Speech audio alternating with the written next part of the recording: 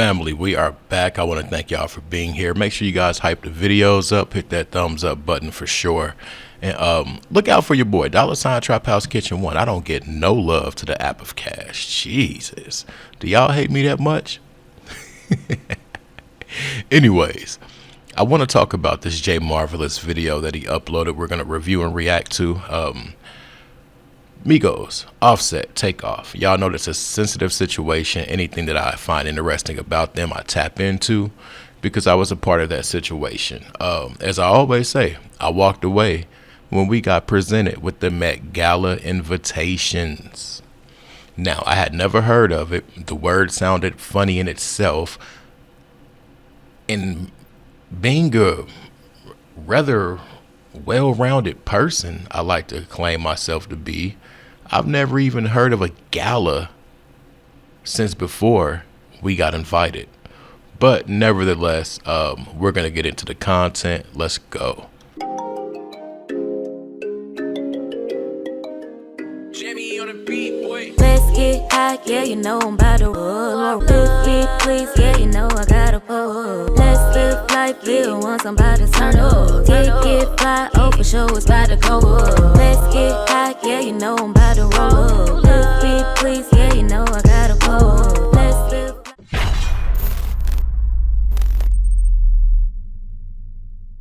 Alright, so like I said before, J Marvelous did the video about Offset, but I want to revolve it around Migos as a whole. People always said that Takeoff was the level up for the Migos, and I've always begged to differ. Now, while some records may say they broke up in 2020 something, if you know, they really broke up around 2017, 18ish. Due to a number of reasons, and this is coming from inside the situation. Now, ego, pride, prima donna, Quavo. But Offset was too. Takeoff, he just went with the flow. He went with the flow, really easygoing, really quiet. You would forget he was in the room. That's how much he really just blends in. But these other two, y'all, there were discrepancies even when Takeoff or Offset got locked up. Quavo and a few other people didn't play too fair with the money. They were doing shows, charging for 3-person shows, but only splitting the money 2 ways, to the point where Offset had to call me and Coach K's nephew for money from jail. Yeah, the industry. Friends. Alright, y'all. Rapper Offset exposed the industry and they took everything. Not only your rights to your music, Right. all that is like you control. Offset got his start by being a backup dancer in Whitney Houston's music video. In a Whitney Houston video. Yeah, I used to get in and out when I was younger, you know what I'm saying? Yeah, I've been doing that, you know what I'm saying? So I've been a star since a little kid, you know what I'm saying? It took for me to rise and find my truth and rap. You got paid a pretty good check there. I got paid to do that too. Well, we're gonna roll the clip now. Let's take a look. Tell you, let me see it. Oh, that's hard. Yeah. Yeah, that me in the grave too. That me in the grave. Yeah, I've been on the TV screen. You know what I'm saying? I've been on the TV. Offset would continue to be a breakdance, but get involved in street life. In 2008, Offset along with Quavo and Takeoff performed the Migos. They would perform at local clubs and earn a buzz off their song Band. All right, now Bando and no labels and all of that stuff, y'all. That's when I came in the picture. It was right a little bit after Gucci got locked up, and he sold My Little Brother, 1017 Polo Club, and 1017 Thug. He got rid of them over to P and Pee Wee Longway and Coach K. They did whatever they did. They formed the New Atlanta, and that's when you guys got the Versace's, the Rich Homies, a lot of stuff that came out of Atlanta around the same period. As the Migos climbed the ladder to success, Offset would have to pay the ultimate price. Now, you also have the Eiffel Tower? Yeah, I got the Eiffel Tower on the side of my face, yeah. That's similar, that ain't for Paris, that's not for the actual, that's not actual for Paris. I got a friend named Paris that was murdered. And so instead of getting Paris, his name, I got the Eiffel Tower. something that mean a lot to Paris. Paris meaning a lot to me. Shortly after, Offset along with the Migos will go on to sell millions of records. In 2016, Offset would address the Luciferian Rap promoting the devil. Now, this is the part I want y'all to pay attention to, because this is why I say he was the first sack. A lot of people forget about Offset's car wreck. They totally forget about that. But there were other key things in that situation that made it really eerie. If you can look in the archives, go find Offset's wristband from the hospital and look at his birth year. Yeah. The way people looked at Offset in that group was as if he was the problem or the hostile one. And I never worried about Offset or Takeoff. I worried about Quavo, because Quavo really had main character syndrome. He had to be the attention, the attraction of attention, if that makes sense. He had main character syndrome, long story short. But check this part out right here. All y'all went upside down cross. Even my little partners, man. Stop that shit, boy. You look lame. All that worship the devil shit. He was God, man. But in 2018, Offset would go against them people on a song featured by YFN Lucci. Offset would face backlash for dissing the rainbow community. Shortly after going against the powers that be, he would be involved in a serious car crash. That is rapper Offset from the hip-hop group Migos. Well, he is now sharing pictures of the car wreck that he says almost killed him. He Instagrammed the mangled Dodge Challenger he was reportedly driving when he crashed last week in Atlanta. He also posted pictures of what looked like him in a hospital room. That was just too graphic to show you. So Offset has apparently been released since then. Police say there was no accident report and emergency workers were not. Now, this situation was funny because bro says it had something to do with the man in the street. It had something to do with a tree and this and that and whatever the third. But somehow the man in the street saved Offset somehow. Offset bought him a car and this and that. A lot of things around that situation don't make sense to the naked eye. But if you know, you know. You don't speak on certain lettered groups, period. You don't speak on them. But this is why I said he was the first one to, well, he was the original sack. But what came after that car wreck was really interesting. And this really let you know their allegiance and their bond and their oath. He came out with a song called Red Room. Red Room, little altar, circle of candles, upside down triangles, everything red. Yes, he had to show his compliance after allegedly being disciplined. Allegedly, heavy on the allegedly. Let's continue. After he healed up from his car crash, he would be on them people's radar. Ask me a question, I don't know. Drew, man, I don't even respect you telling me to get out of the car, bro.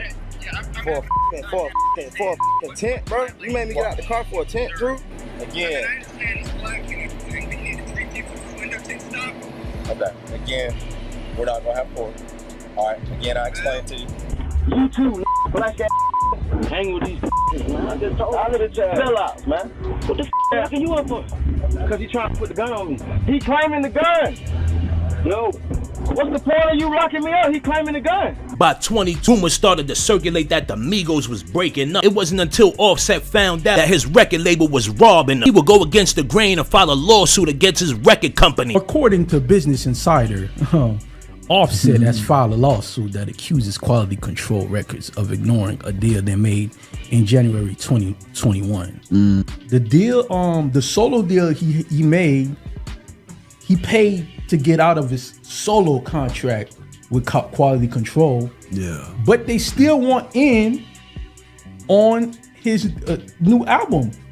You see what I'm saying? They still want the bread. You see what I'm saying? So, you know, what are your thoughts on that? It wasn't until 2022 when Takeoff met his demise that Offset would be done with the industry. We just fell asleep and out of nowhere, like Offset phone kept ringing, my phone kept ringing, and like Offset picked up the phone and he's just like, no, and he's screaming and screaming, and like he's screaming like, no. And I'm like, what's going on? And he's like, Takeoff is dead. I said, don't say that.